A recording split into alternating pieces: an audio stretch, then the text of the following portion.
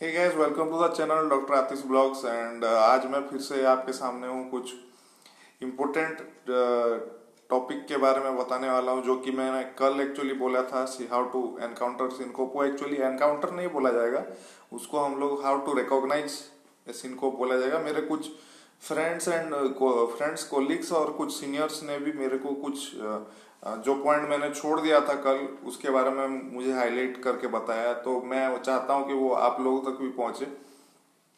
First of all, मैंने जो कल बोला था syncope is a transient loss of sensation. वो लॉस ऑफ सेंसेशन नहीं होता है, it is a sudden loss of consciousness होता है। कॉन्शियसनेस जो होता है, अपने ब्रेन का कॉन्शियसनेस जो होता है, वो हम लोगों को नहीं होता है उसमें सिनकोप में। तो पेशेंट जो आया था उसको मुंडी में क्या होने लगा, चक्कर आने लगा, जो नोजिया वोमिटिंग टाइप का होने लगा, अनकॉन्शियस फील करने लगा। नॉट लाइक की सेंसेशन, क्योंकि सेंसेशन जो होता है वो लोकल एनेस्थेसिया का जो डेफिनेशन होता है उसमें सेंसेशन यूज होता है वो टर्म। लेकिन इसमें जो होता है सिनकोप में, वो टर्म यूज होता है अनकॉन्शियसनेस। तो अनकॉन्शियस फील करने लगे अगर patient, loss of unconsciousness, loss of consciousness during the procedure, it is called due to loss of proper what do you call blood supply to the brain, it's called syncope.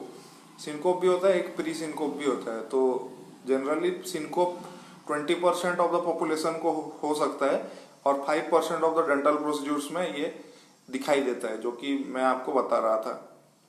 और हाँ, इसका जो cure होता है वो हम लोग दो टाइप का और पॉइंट्स ऐड कर सकते हैं। पहला पॉइंट ये है कि हम लोग ट्रेडेनलबर्ग पोजीशन में बिठा सकते हैं। ट्रेडेनलबर्ग पोजीशन में बिठाने के बाद हम लोग उसको जो कि हार्ट लेवल जो है वो अपर होता है और ब्रेन लेवल नीचे होता है, तो उस पोजीशन में इवन सुपाइन भी नहीं होता है, सुपाइन से भी नीचे पोजीशन में हमको सुलाना पड़ता है पेशेंट को, सो दैट जो क्या बोलते हैं आपका जो ब्लड सप्लाई जो है वो पहुंचता है अच्छा से ब्रेन को। तो उसको ट्रेडेनलबर्ग पोजीशन बोलते हैं। उसमें हार्ट लेवल जो होता है वो अपर होता है, ब्रेन लेवल जो होता है नीचे होता है।